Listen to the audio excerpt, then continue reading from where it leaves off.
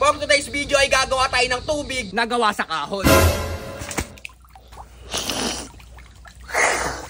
Putang ina sa banlasa. At dahil napakaganda ng panahon ngayon, naisipan namin na mag-explore sa kagubatan. At hindi lang ito basta kagaguhan, dahil susubukan nating gawin yung ilan sa mga pangunahing hanap buhay ng mga tao dito. Nasa daan pa lang kami pre, ayan, nagmerienda muna kami netong nyog na may siopaw sa loob. Eto si Balmon. At eto naman si Brody. Alam nyo kasi pre, dito sa amin sa probinsya, sobrang dami nyo ditong pwedeng gawin, lalo na kapag nasa gubat kayo. Sana di talaga kayo magugutom dito pre. Dati nung mga bata pa kami, alam nyo, etong mga dahon ng sasa, ayan yung mga dahon na yan, ginagawa naming hanap buhay yan pre. Nakikita nyo yung bubong ng mga kubo, diba nakikita nyo parang mga dahon ng nyog yun, tas nakaipit sa kawayan. Ayun, gawain sa dahon ng sasa. Ganun yung ginagawa namin dati pre, tas pinagbebenta namin. Parang isang haba ata nung dati 15 pesos. Ngayon siguro sobrang mahal na nun, matagal na yun. Tas dati diba pag may pasok, syempre yung school namin nun medyo malayo pa sa bahay namin. Tas sa umaga habang naglalakad kami, nanghuli kami ng gagamba. Kasi alam nyo pre, yung mga gagamba pag mga alas 6 pa lang ng umaga, di pa nagtatago yan eh. Makikita mo minsan sa daan, nasa gitna pa yun ng mga sapot nila. Basta hindi pa sumisikat yung araw, nasa sapot pa yan. Pero pag mga alas 8 na ng umaga,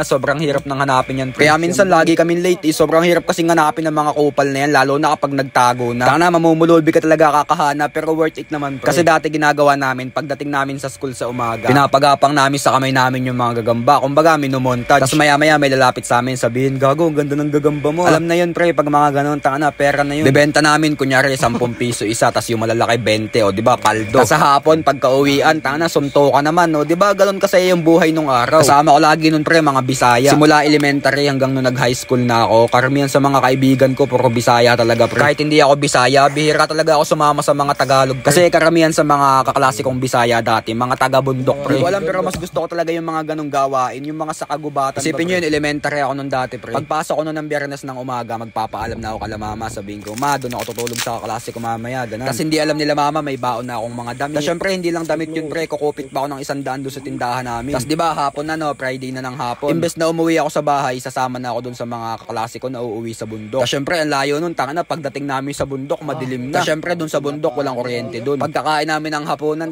diretso pang gagagamba na kagad kami. Tapos nakingilaw kami ng mga isda sa mga ilog. Alam nyo yung hito, pre, lalaki ng hito sa bundok, pre. Tapos sa umaga, pagkagising namin, nangunguha kami ng mga ganito. Napakasarap niyan, boy, pagluto, pero pag hilaw, nakakasuka yan. Ang ginagawa namin dito, pre, iniihaw namin. Sobrang solid yan, pre, pag iniihaw, tas may suka. Kaso kalamansi lang yung dala namin ngayon. Pero okay pa din naman pag kalamansi, pero mas maganda nito, may kanin talaga. Masarap din pala dito kapag adobo, pre. Tapos sa gantong pwesto nyo kakainin, Diyos ko po, napaka-solid talaga, pre. Yung lasa nito, pre, parang medyo lasang talaba na medyo matabang gano'n. Tapos ang masarap na kapartner nito, pre, buko talaga. Sana si Uwang ngayon lang yung nakatikim ng ganun, pre, di yan kumakain. Sasabihin yan, malansa, kupal yan. Sabi ko kanina, ang masarap na kapartner niyan ay buko juice. Ayan na, pre, umaakit no. Sana di talaga ako matututo ng pag-akit ng nyog na tong kupal na to. Kanina ko pa gustong mag-video dun sa taas. Pero dahil di nga tayo maalam umakit sa bobong nyog na yan, may naisip kaming paraan. Nag-phone travel kami, boy. Ngayon, pre, ipapadala natin yung cellphone sa taas. Napaka-basic lang, gumawa kami ng wetting bag gamit yung damit ni Mo. O, diba? Paspas na pag-akyat, pre. At makalipas lang ang ilang minuto, eto yung nakuha naming point of view dito sa taas ng nyog.